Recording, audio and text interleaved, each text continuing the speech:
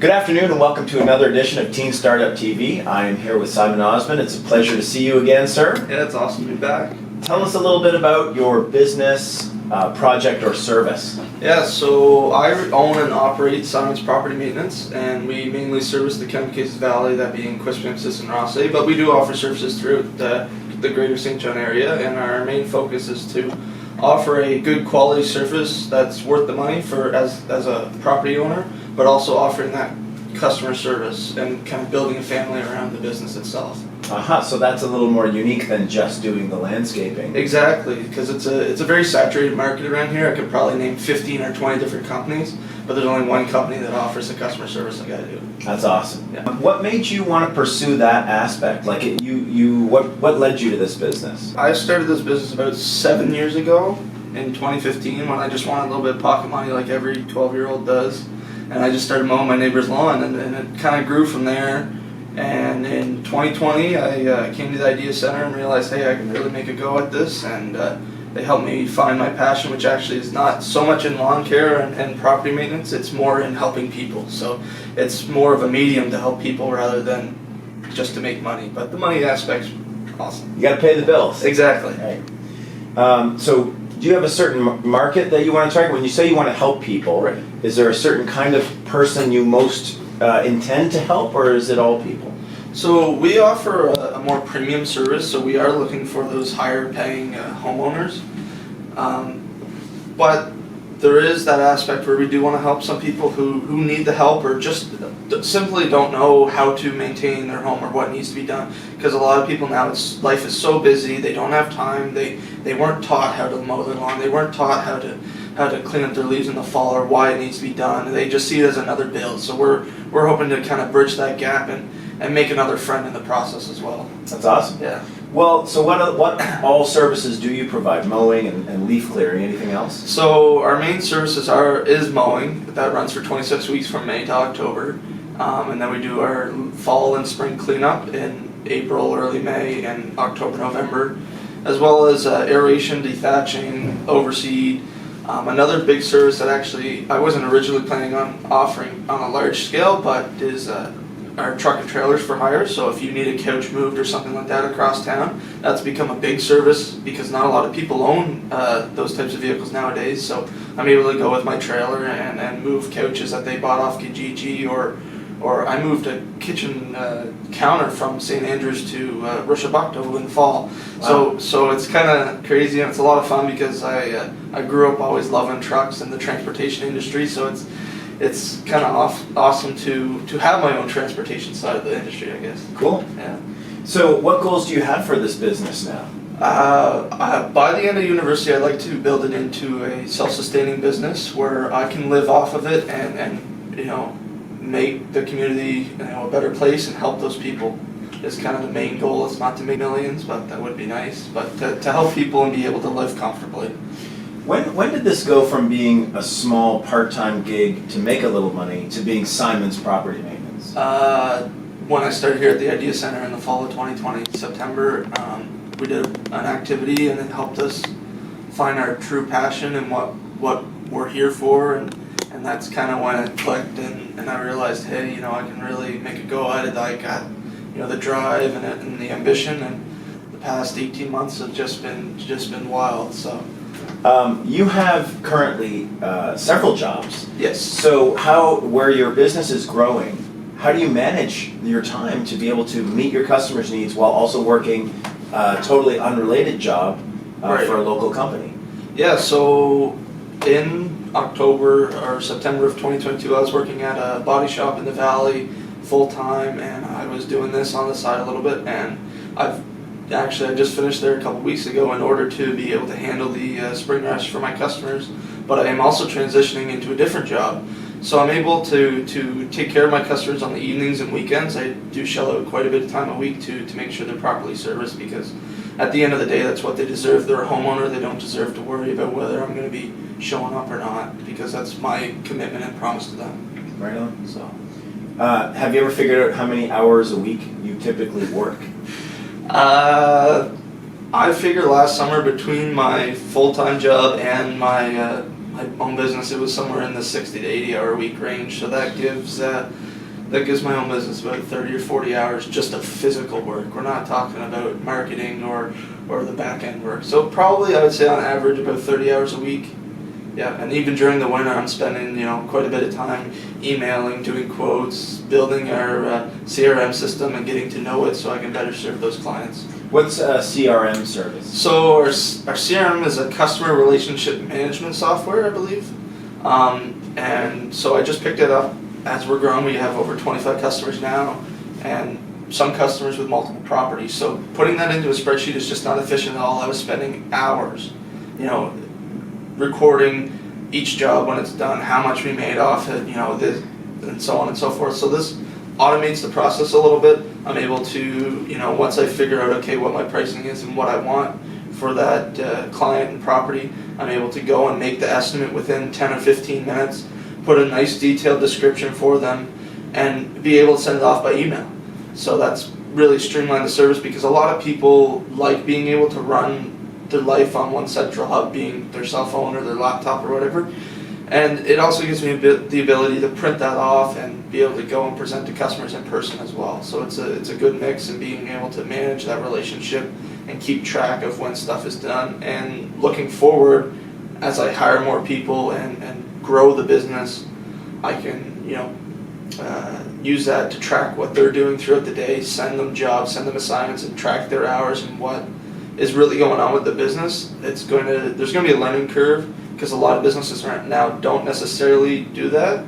So people in the industry are used to the paper and clipboard, but I think it'll be worth it in the end for both us and the customer. Which brand of software for the CRM service do you use? So I use Yardbook because it offers a starter package that is completely free. I didn't see the need to pay for the software right now because I didn't know if it was actually going to work for me.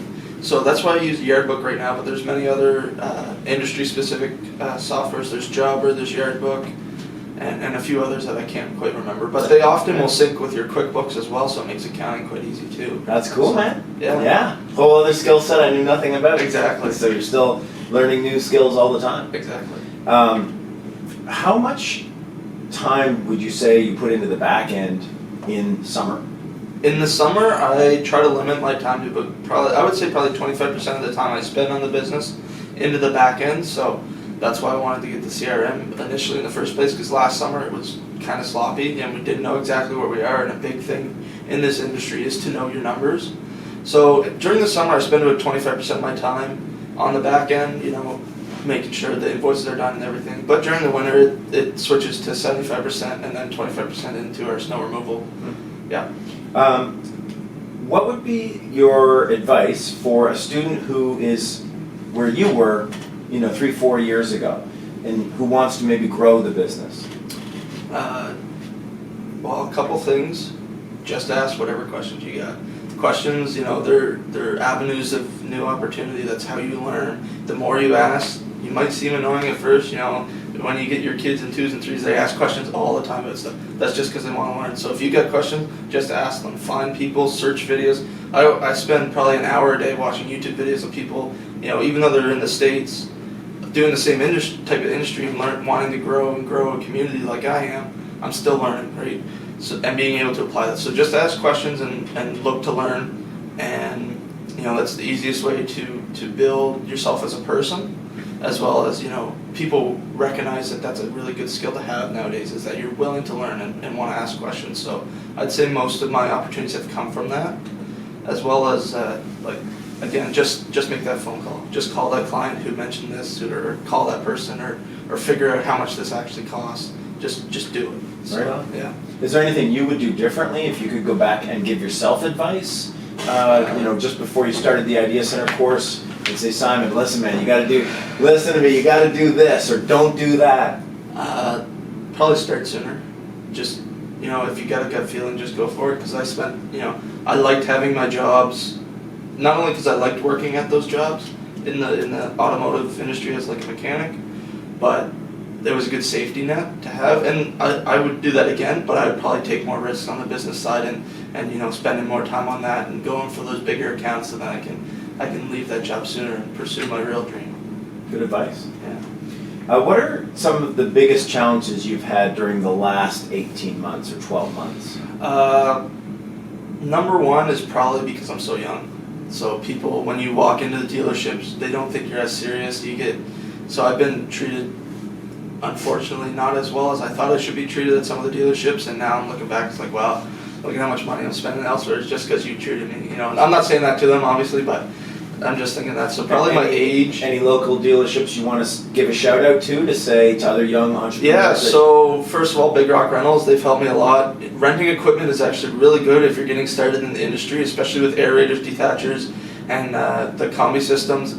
You spend $45 or whatever the piece of equipment is, and you get it for a weekend or whatever, and you can make tons of money off of it. And they're okay with that. So that's super awesome. And then you know what equipment you want too. So Big Rock Rentals on Millennium Drive, Loch Lomond Home Hardware, they're a local Echo, Toro, Cub Cadet, and Still dealer, and I think they also sell Shidaiwa equipment. So they've been super friendly, good pricing. They got over 100 years experience in their maintenance side of things. So yeah, and I was there the other day and they didn't have what I was looking for, and they recommended Hall Brothers, who actually are super helpful. Rory at Hall Brothers, he's a really good salesperson up there, and hooked me up with a new backpack blower because there's not one that we have in all of New Brunswick. Is that right? Yeah. Wow. So yeah. Okay. It's, Are you have any other projects or businesses or ideas that you're cooking up that you might also explore as time goes on? So I learned a lot in the past 18 months about investments and investing properties and passive income. And one of the former students here actually kind of inspired that thought and got me into it. He owns a investment property himself and rents it out and pays his mortgage. So eventually I want to get into Simon's Property Management, where I own my own buildings and I can do the maintenance myself and rent them out and pay off and build assets that way. That sounds great. Yeah. So what brought you to this program, the Idea Center? The presentations at school, and then Mr. Van Beek, you came in and did the presentations. I saw the videos. I was like, huh, that's interesting. And then in late August, I kind of realized, working at that small business, hey, this is what I want. I want to be, in my boss's position, And so that's kind of was the drive to get in, and probably one of the best choices I've ever made. That's awesome. Yeah. If there was a student listening to this who isn't in the Idea Center, but is thinking maybe, what kind of student do you think would be well advised to take the course? Who does? Would you recommend it for all students? Would you recommend it for certain? I wouldn't recommend it to all students. I think some students are school driven. They like that, I go to chemistry, I go to physics, I go to here. Towards the end of high school, I was kind of drifting away from that. I always liked school, but I like doing my own thing and being able to apply my own knowledge or my own interest, I should say, into the course. So that the Idea Center really helps cultivate that, I guess, and there's a very broad presentation. This is what we're working on today. We're working on speaking skills. Well, I'm selling lawn care. Someone else might be selling, I don't know, some sort of new technology or something, right? So I'm able to adapt mine to my lawn care, and they're able to do their thing in their technology, or they're selling houses or whatever. So I think that was the type of student who really likes being able to put their own passion into something. And if you just want to learn about business, this is probably the best place to learn it, because you get your business credits and you get to have real world experience. Cool. Was there anything else you wanted to advice for other students who are thinking of doing what you're doing that you wanted to share, or any final thoughts? Just be willing to put in the work. It's, if you're taking school and working and doing a side business, it's long days, long hours. You're not going to sleep a lot some days, but it's worth it in the end. And you kind of look back, and really, you make yourself proud. So, and others around you too. It's kind of amazing. So, yeah. Awesome. Simon, it sounds like you're doing really well, and I'm curious, if you are hiring friends or new employees, bringing people on to help you with your work, that must bring, what's the old saying, more money, more problems? Yeah. How do you manage that? So I actually last summer was fortunate enough to be able to hire some of my friends and help them kind of on the side make some money, and that really opened my eyes that I can't do it all by myself. And that I need employees. So this past winter, I've been really working on the back end of things. I now own my business officially and the name and everything, and learning about liability insurance and the legal hiring process of having employees this past winter, and working with some people in St. John about working with the CRA and stuff and getting all the taxes figured out as far as that. So you had a couple of really interesting bits there. How did you own your business officially? What did you have to do? So I got in contact with Document Searching Services in St. John. They're a paralegal, and they can submit your documents for you to apply for either sole proprietorship, partnership, or incorporation. So all three types of business. Originally, I was going to look at doing it myself, but there was a very lengthy process, and I had to go to them anyway to search up the name Science Property Maintenance and make sure I'm the only one in the province that has it. So they, for a very small fee, they did it for me, and now I own the name and officially have a business number and able to run under Science Property Maintenance. What are the advantages of having done that? How much was the fee approximately? It was, I think it was only $200. For lawyers, that's Or really good I think price. it was under $200 for sure. But for the time and the hassle, and that's the biggest thing, if you can delegate something to someone and know that they can do it right and properly, it's worth the money tenfold. Because I would have spent probably a week of evenings trying to figure that out, where I sent this guy the money, he did it, he sent me the forms 2 weeks later, and now I own my business. So it was a really easy process. They made it simple. I just kept in touch with them. They took some basic information because I'm only operating under a sole proprietorship, and it makes me a lot more comfortable as the business owner that everyone who needs to know knows that I'm a legal business entity and I'm able to get things in the name of Science Property Maintenance, such as a business account or my insurance and so on. What's the advantage of owning your business and making purchases in the name of the business? Like, how does that help you? A lot of tax reasons. So what happens is you pay your taxes on your net rather than your gross. So even if you make $1 million, if you have a 1% profit margin, you only pay on that 1%. So being able to bill stuff and kind of, it doesn't completely eliminate the liability of myself because it's not incorporated, but it's a lot more professional, I would say, yeah. And how have you found taxes? Have you needed help with that, or were you able to do your own? So luckily I do, I'm really good friends with an accountant. They've been able to help me with it last year as, just running it as a side hustle type deal. And now this year I'm looking to have more conversations to start doing the, cash flow and so on and actual business taxes. Did you do your taxes yourself prior to that? No, I had for my personal taxes, I had someone do it. It's just so much easier to get someone who's knowledgeable and knows rather than get myself to do it and then mess it up or whatever. So. You mentioned earlier that you've recently been seeking insurance and Yes. liability protection because you're working with tools, people can get hurt. Can you tell us a little bit about that? Yeah. So recently, I felt the need to have insurance where I'm working on more and more properties, and especially with commercial properties, as that's a part of the business I'm growing this year, you need to have the insurance in order to get the contract. Even to put a bid on the contract, you have to have the insurance. So I thought it was going to be a much bigger hassle than it was, but I got in contact with Daniel at Western Financial out in Manitoba, actually, and he's my insurance broker, and he found a really good package that works for me and covers my assets. As a business owner, for very little work on my end, all I have to do is lock up my equipment at the end of the day, and it's covered by my insurance. And he found me a good deal and a reasonable price, so I think it was well worth the purchase. And how did you end up with a insurance broker from Manitoba? We're sitting here in St. John, New Brunswick.